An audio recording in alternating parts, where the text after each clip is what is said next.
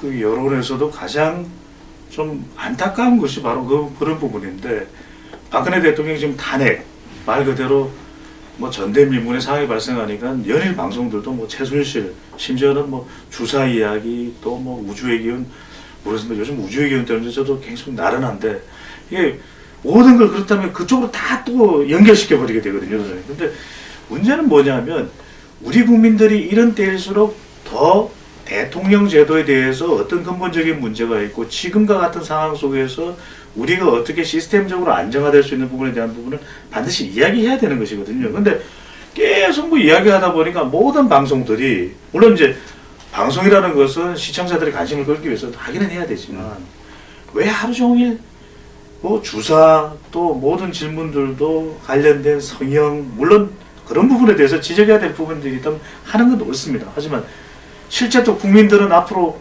5년 뒤에 우리가 이 순간을 바라볼 때 좀 더 그때 침착하게, 아니 문제 삼을 건 문제 삼는다 하더라도, 그렇지만 냉정하게 우리가 어떤 걸 또 짚어봐야 되는지 그런 부분도 이야기될 수 있지 않습니까? 첫 번째로 지금 조기 대선 이야기되고 있으니까 저는 철저하게 검증이 돼야 된다라는 겁니다. 그래서 저도 이게 철저하게 검증이 돼서 어떤 대선 후보도 국민들 앞에서 빨가 벗겨져서 그럼요. 한없이 그 사람과 관련된 부분들이 국민들에게 전달돼야 그때서야 평가를 하는데, 그 부분의 역할은 전문가가 해야 됩니다. 왜냐면 국민들은 모릅니다.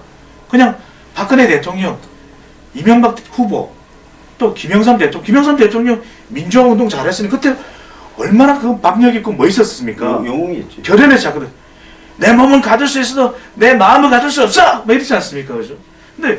근데 그런 부분만 가지고서 대통령을 뽑을 수는 없는 것이거든요. 그러니까 머리는 언제든지 빌릴 수 있다고. 그렇습니다. 못 빌려도. 그런데 머리를 갖다가 빌려오는데 보니까 어설프갖고 너무 안 빌렸던 거죠. IMF가 네. 바꾼 거 아니에요. 그러니까 소장님께서도 지난 2012년에 굉장히 유력 후보에 대해서 낱낱이 정보를 또 밝혀주시기도 했지 않습니까? 근데 그런 정보들을 사실은 사람들이 또 쉬운 말로 또 대중들에게 전달해야 밝혀줄 수가 있다는 겁니다. 저는 그래서 첫 번째로는 철저하게 검증이 돼야 된다. 낱낱이 전문가들의 눈을 통해서, 심지어는 그런 사람들 각 분야별로 평점을 매겨서. 저는 두 번째입니다.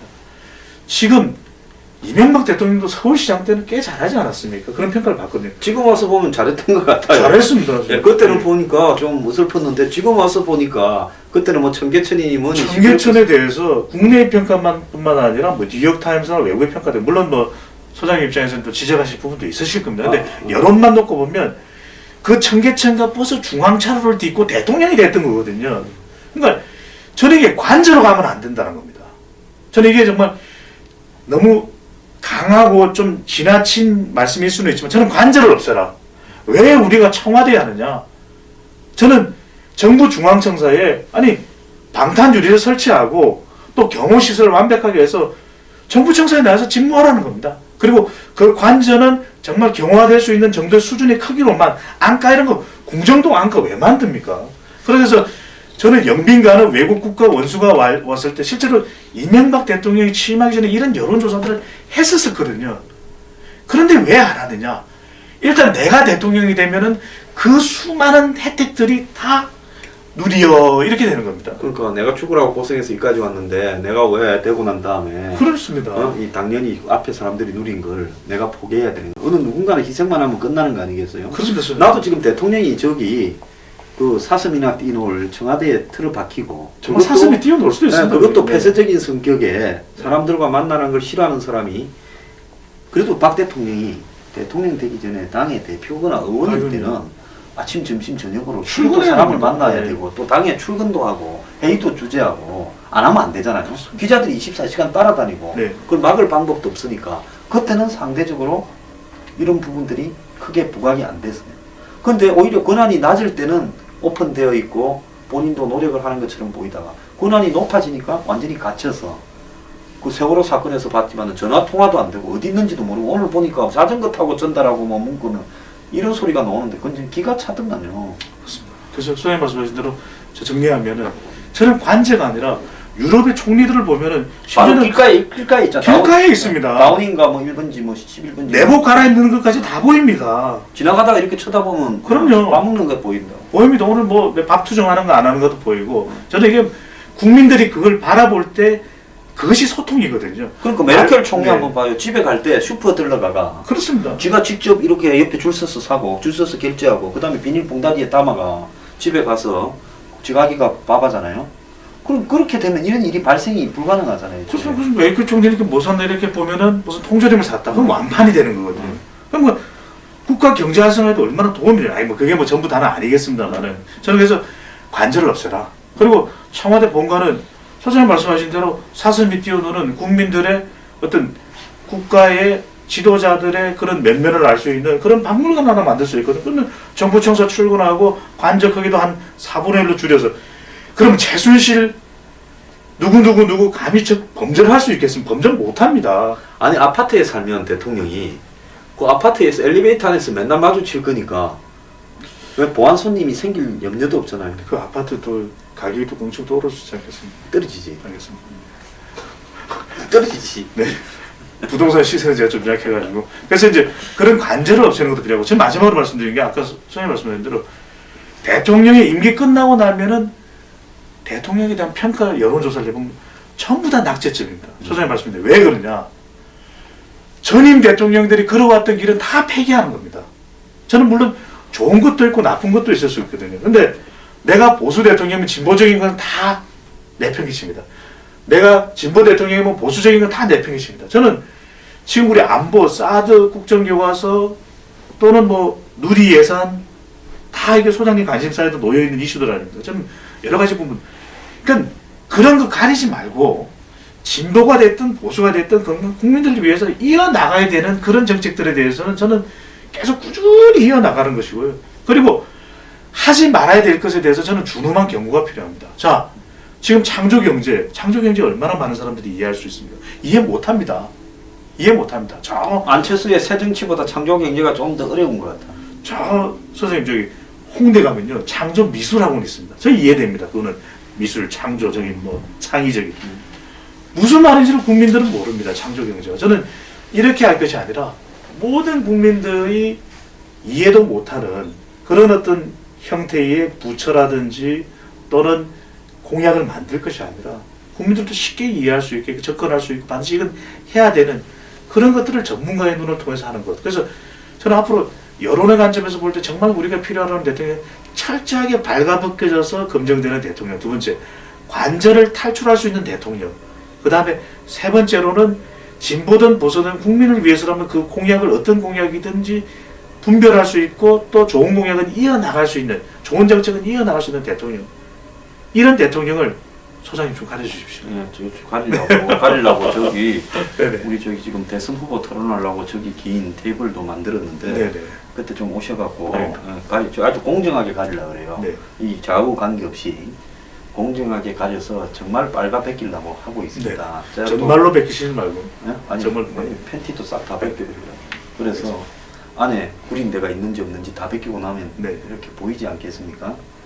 그래서요 국민들이 솔직히 말하면 나 국민들의 좀 문제도 심각하다고 봐요. 왜냐하면 자기 스스로가 좌우에 어딘가에 줄을 서서요 나머지의 문제에 대해서는 자기가 정해진 어떤 사고의 틀을 벗어나려고 하지 않다 보니까 국민들이 양쪽에 저렇게 줄을 서버리니까 한마디로 공정한 검증이나 공정한 어떤 국가적인 이 방향 제시가 불가능해 버리는 그런 상황이 벌어지는 것도 큰 문제가 아닌가 이렇게 생각합니다. 전적으로 공감합니다, 선생님. 그래서 이번에도 보면은 황교안 권한 대행에 대해서도 여론조사를 해보면 저는 그래서 뭐 여론조사를 하는 사람이 상당히 조심스럽습니다. 과연 어떤 질문을 국민들에게 여론을 읽으려고 할 때 그 내용을 과연 국민들이 이해를 하고 답할 수 있어요. 그게 굉장히 중요한 부분이고 사실 묻는 대로 답을 끌려가는 네네. 수가 있죠. 소장님께서도 뭐 선거 조사 관련된 결과에 대해서 여러 차례 지적도 하시고 심지어는 아예 잘못하고 있다. 저는 그 비판을 받아야 된다고 보고요. 여론조사. 근데 이 여론조사를 저는 그대로 읽는 것보다는 그 이면에 나타나 있는 것을 제대로 읽어야 된다. 흐름을 봐야 돼요. 예. 근데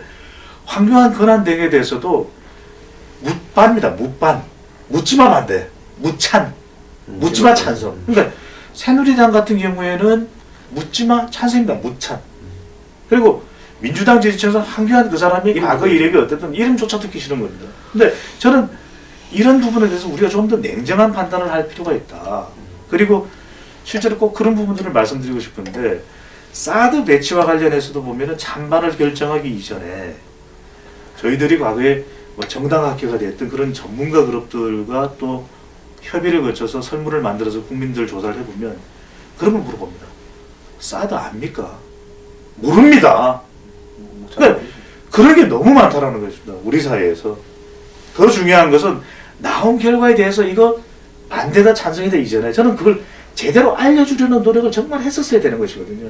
그러니까 그 이전에 많은 대통령도 그렇고 지금의 또 박근혜 대통령도 그렇지만 그런 부분들의 노력이 너무 필요했다. 알려주기 위한 노력들을 했어야 됐고 제가 기억에 남는 조사 중에 하나가 여론조사 중에 하나가 2006년인가 그 당시 막 소장님 기억나실 겁니다. 한미 FTA 예. 해야 되느냐 말아야 되느냐 그래서 뭐 찬성 반대 또 이 농업에 종사하시는 분들은 우리 완전히 그냥 구멍 다 뚫린다. 때마다 여의도에서 돌아가신 분도 있죠. 그럼요. 근데 그때 질문을 이렇게 했습니다. 한미 FTA 뭔지 아느냐? 그랬더니 10명 중 8명이 모른다는 겁니다. 몰라. 그거 모르는 사람이 80%인데 그걸 갖다가 물어서 여론을 조사한다는 게 자체가 아이러니죠. 그죠? 그렇습니다. 그리고 실제로는 우리가 아느냐라고 묻는 경우에 꽤 안다고 답하더라도 틀린 게 사람들이 아는 것이 나을 것 같아서 그렇게 답하는 경우들도 많아요. 실제로는 잘 모르는데. 그래서 우리가 간접적인 질문을 통해서 우리가 당산역 아느냐? 그럼 사람들이 알지. 그럼 당산역 9번 출구에 뭐 있는데?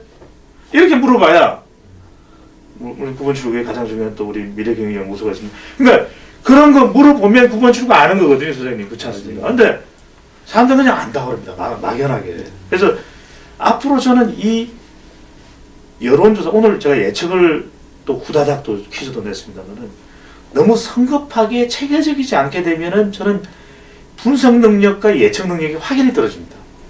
그래서 제대로 예측하기 위해서는 정말 많은 정확한 정보들을 수집했을 때 정확한 예측이 가능하거든요. 그래서 소장님 말씀대로 저는 우리 국민도 책임이 있습니다. 왜 박근혜 대통령에 대해서 더 긍정하지 않았나요? 누구의 가족이었으면 괜찮다. 라는 건 안 되는 것이거든요. 저는 좋고 싫고는 개인의 감정이지만 대통령을 잘할 수 있는 사람인지 인물인지는 저는 철저하게 따져봐야 된다는 것이죠. 그 개인만을 놓고 예. 딴 거 다 빼고 벌써 뭐 마찬가지로 유엔 사무총장을 해서 그 권위에서 그 사람이 어떤 사람인지를 안 가리도 안 되고 예. 유엔 사무총장을 해도 가족 영망이 있을 수 그렇습니다. 있습니다. 이 문재인 대표 친노의 친문이다라는 부분 속에서 친노의 노무현 대통령의 색깔이었던 서민을 갈 거다 했는데 이 사람이 서민인가 하는 것도 또 가려봐야 될 문제가 있는 거예요. 진짜로. 네. 그리고 이 사람이 변호사를 해서 똑똑할 거라고 생각하는데 진짜 똑똑한가도 가려봐야 돼. 뭐 반대하는 이야기가 아니에요. 씹는 이야기 아니고. 우리가 안철수 의원 아니 의대 교수까지 했고 벤처에서 IT까지 했으니까 굉장히 스마트하고 클레버할 거라고 봤지만은 지난 대선 때 보면 자충우 돌아가가 그냥 끝나버리잖아요. 그런 식으로 이 박원순 시장도 마찬가지죠. 시민운동을 해서 바닥에 국민의 정서를 굉장히 잘할 거라고 보고 있지만은 그분이 또 다른 어떤 부분에서 특권을 즐기거나 이럴 수도 있어요. 찢어진 구두를 신으면서도 특권을 즐기고 파티를 좋아할 수도 있는 거예요. 그렇기 때문에 집에서는 또 프라다를 신을 수가 네, 이건 정말로 알 수가 없는 거야. 그 프라다는 악마만 신는 게 아니고. 네. 그러니까 여기서 이제 중요한 거는 우리가 브렉시트 때 여론이 대부분이 한 5, 6%, 7, 8% 이상으로 안 될 거라 봤는데 네. 돼버렸잖아요. 맞습니다. 자, 트럼프 때 내가 거의 반 또라이 됐지 않습니까? 네. 내가 텔레비 나가서 이야기를 한 4번인가 5번인가 이야기한 것 같아. 할 때마다 사회자가 가지고 저를 쳐다보는 경멸의 눈빛. 비웃는 것처럼. 그러다가 방송에서 그 방송에 퇴출도 된 적도 있어. 트럼프 네, 때문에. 네. 근데 됐잖아. 이걸 뭐 트럼프한테 보상받을 수도 없고. 그러니까. 나는 그러면 네. 또라이라서 그랬느냐, 점을 친 거냐. 네. 두 개 중에 한 군데 자빠지기 쉽다 또 누가 그러는데 1년 반 동안 체계적인 나름의 논리로 내가 이야기를 한 거예요. 네. 이번에 보면 이탈리아의 렌치가 국민투표를 붙였는데 네. 개헌에 저거 다 10% 이상 앞설 거라고 하는데 져버리잖아요. 네. 그러면 여기에 이제 관철되는 전 세계적인 흐름이 뭐냐라고 봐도 물 밑에 그러니까 이 언더커런트 네. 저류에 흐르는 흐름이 이게 뭔가 하면 기성 정치권에 대한 총체적인 불신이다. 맞습니다. 네? 그래서 기득권 정치인이 좌든 우든 총체적으로 불신하는 현상이 생기고 있다고요. 차라리 한국도 유럽식으로 미국식으로 그렇게 간다 그러면 이거는 바람직하기라도 한다고 봐요. 근데 그렇게 가는 게 아니라 이번에 촛불로 보면 겉으로는 민주주의의 제도를 갖다가 지키지 않은 대통령에 대한 분노, 그리고 우리나라의 절차적인 민주주의가 안 되고 있다는 데 대한 환멸, 이런 건데 실제로 보면 저렇게 나간 부분에서 정치적으로 해석이 될 때는 선거에 그건 아주 간단하게 특정 후보를 지지하는 쪽으로 가버리는 가능성이 크다 말이에요. 그러면 국민이 절차적으로 민주주의를 지키자 했는데 기껏해야 특정 후보 만들어주는 쪽으로 연결되는 건 이건 아니잖아요. 네. 그래서 이런 부분들이, 그럼 언론이 이 역할을 해야 되는데 언론은 진짜 썬데이 서브 같은 소재에 집착을 하면서 하루 종일 이야기하면서 이 본질적인 부분에 대한 검증은 언론 자체의 상업적인 목적에서 괜히 검증했다가 우리가 다칠 게 뭐 있어. 그냥 남들이 하는 재밌는 거나 떠들다가 지금 안 하잖아. 언론은 앞으로도 안 할 거야. 그러면 진짜 중요한 거를 파고드는 사람은 그거는 이제 지켜. 지 인생 목을 걸어야 돼. 그럼 누가 이 일을 검증을 할 거야? 내가 지난번에 안철수 대통령 돼버렸으면 내가 깜빵에 안 갔겠어요?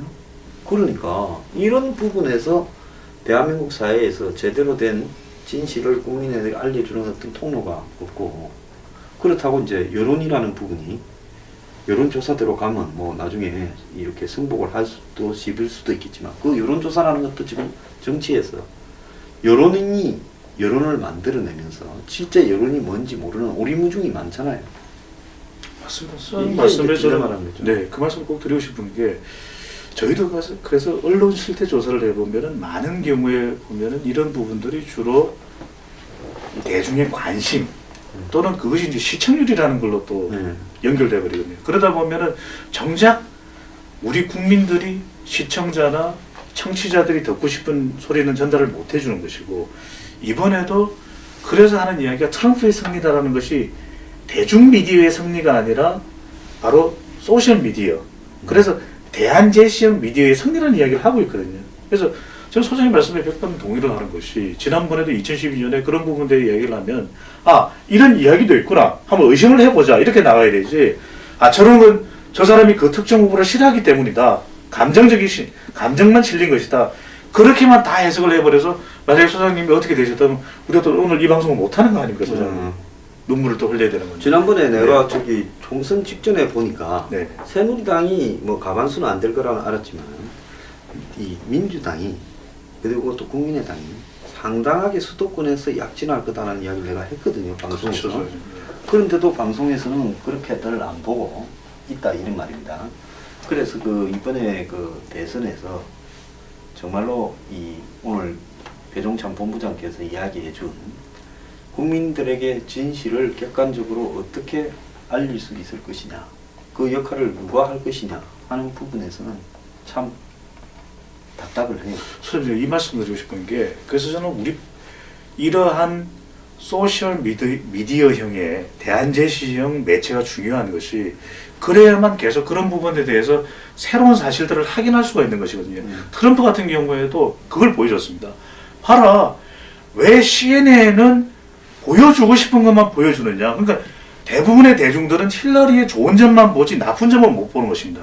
힐러리의 치명적인 농단 또 대선 패배의 결정적인 원인이 후마 에버딘이라고 하는 비선이거든요. 그 이야기가 최순실이죠. 힐러리의 최순실이지. CNN에서는 그 이야기 안 해줍니다. 그러면 어디에서 그 이야기를 사람들은 발견하냐? 유튜브라고 하는 매체에서 개인이 만든 컨텐츠에 대해서 집중을 하고 조명을 받으면서 그분이 밝혀진 것이거든요. 그러니까 말씀하신 대로 여러 가지 사람들이 자극받을 수 있는 이야기만 하지, 마테오 렌치 이탈리아 총리가 소장님 말씀하신 대로 그 부결될 거라고 생각하는 사람들이 사실은 제하에서는 많았다라는 거 아닙니까?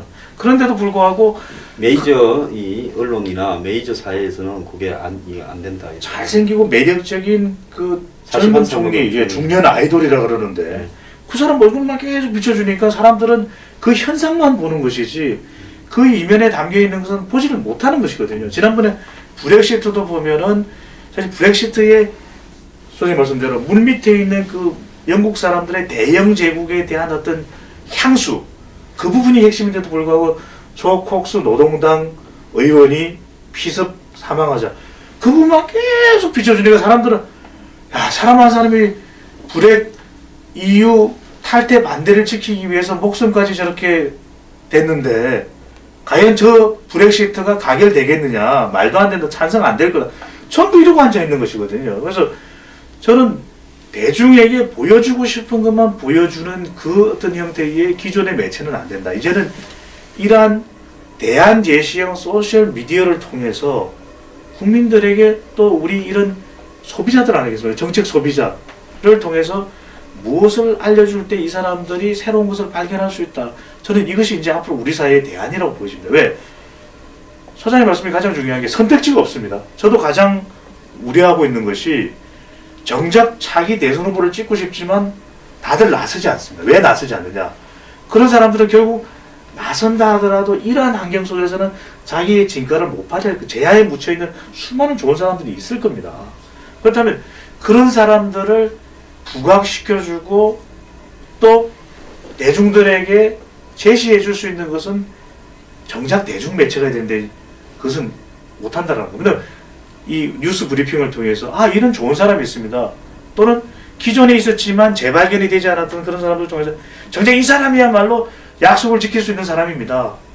그렇게 해줬을 때 다시 한 번 더 조명받을 수가 있는 것이거든요. 그렇다면 제대로 된 참된 인물에 대한 속사를 우리 방송을 통해서 보여줄 수 있다고 저는 이게 뭐 감히 건방집니다만 오늘 출연했기 때문에 소장님께 건의드리고 싶은 부분은 다음번에는 꼭 그 뉴스 브리핑을 하실 때 저는 아예 바로 문자 메시지나 그 생중계로 실시간으로 아예 실시간 댓글이나 이런 걸 바로 받으셔가지고 바로 그걸 저는 그 방송에서 이렇게 후보들이 나오면 질문도 해주시고 아니면은 소장님께서 그런 진단과 분석을 하실 때 바로 답변을 해주시는 것도 정말 가려운 곳을 긁어줘야지 아니면은 전부 다 준비된 답변. 국정조사 보십시오.